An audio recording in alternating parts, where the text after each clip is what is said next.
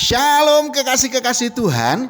Renungan pada hari ini berjudul Tabur Tuai. Sebelum kita mendengarkan renungan pada saat ini, marilah kita mengawalinya dengan berdoa. Bapa, di dalam nama Tuhan Yesus Kristus ya Roh Kudus, kami siapkan hati dan pikiran kami untuk menerima berkat kebenaran firman-Mu. Di dalam nama Tuhan Yesus Kristus kami sambut berkat-Mu. Amin. Firman Tuhan pada saat ini terambil dari Pengkhotbah 11 ayat 6. Taburkanlah benihmu pagi-pagi hari dan janganlah memberi istirahat kepada tanganmu pada petang hari. Karena engkau tidak mengetahui apakah ini atau itu yang akan berhasil atau kedua-duanya sama baik. Kekasih-kekasih Tuhan, seorang petani tidak akan sembarangan dalam memilih bibit untuk ditanam di sawahnya. Petani itu pastilah akan memilih bibit yang terbaik agar pada saat panen nanti hasilnya bisa melimpah. Meskipun harga benihnya itu lebih mahal dari benih yang biasa. Contohnya begini, kalau para petani itu mau tanam jagung, biasanya petani itu akan memilih dan mencari benih jagung yang bertongkol lebih dari satu, dengan harapan pada saat panen nanti hasilnya akan berlipat. Demikian juga saat akan menanam padi. Petani tersebut pasti akan mencari benih padi yang baik, yaitu yang anakannya lebih banyak, jumlah gabahnya yang banyak, tahan penyakit dan hama, dan waktu panennya pendek. Semua itu bisa berhasil oleh karena diawali dari pemilihan benih yang baik. Saudaraku, sadarkah saudara bahwa segala sesuatu yang kita perbuat dan kita lakukan pada saat ini diperhitungkan oleh Tuhan? Sama halnya dengan petani yang menabur benih pada saat ini dan kelak akan menuai.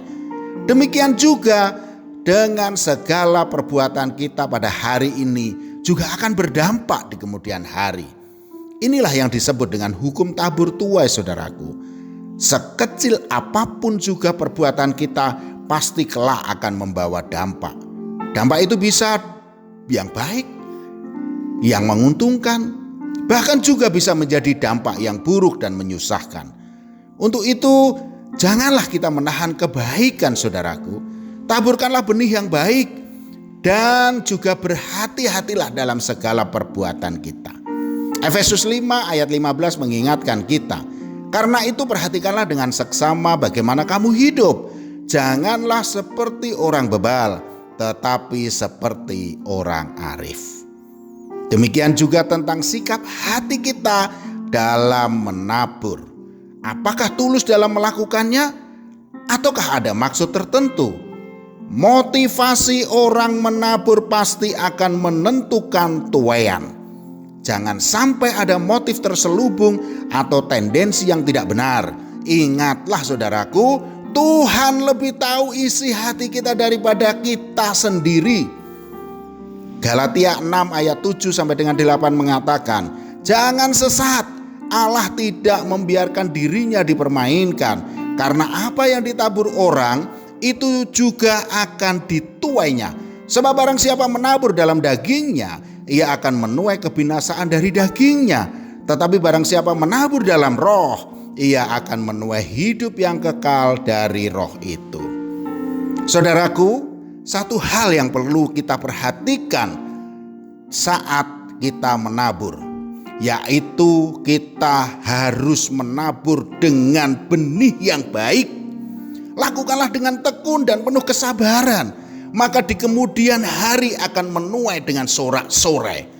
Seperti halnya petani yang menaruh benih di sawah, tidak mungkin besok akan menuai, tetapi harus menantinya dengan tekun, merawatnya sehingga sampai benih itu tumbuh dan berbuah, dia akan menuainya dengan sukacita. Jadi dibutuhkan proses dan waktu untuk kita menuai dari benih yang kita taburkan. Yakobus 5 ayat 7 mengatakan, karena itu saudara-saudara, bersabarlah sampai kepada kedatangan Tuhan. Sesungguhnya petani menantikan hasil yang berharga dari tanahnya, dan ia sabar sampai telah turun hujan musim gugur dan hujan musim semi. Amin. Mari kita berdoa. Bapa, di dalam nama Tuhan Yesus Kristus, ya Roh Kudus, kiranya Engkau berkenan memberkati tangan-tangan kami untuk senantiasa menebar benih kasih dan kebaikan dari-Mu untuk saudara-saudara kami yang membutuhkan. Dalam nama Tuhan Yesus Kristus.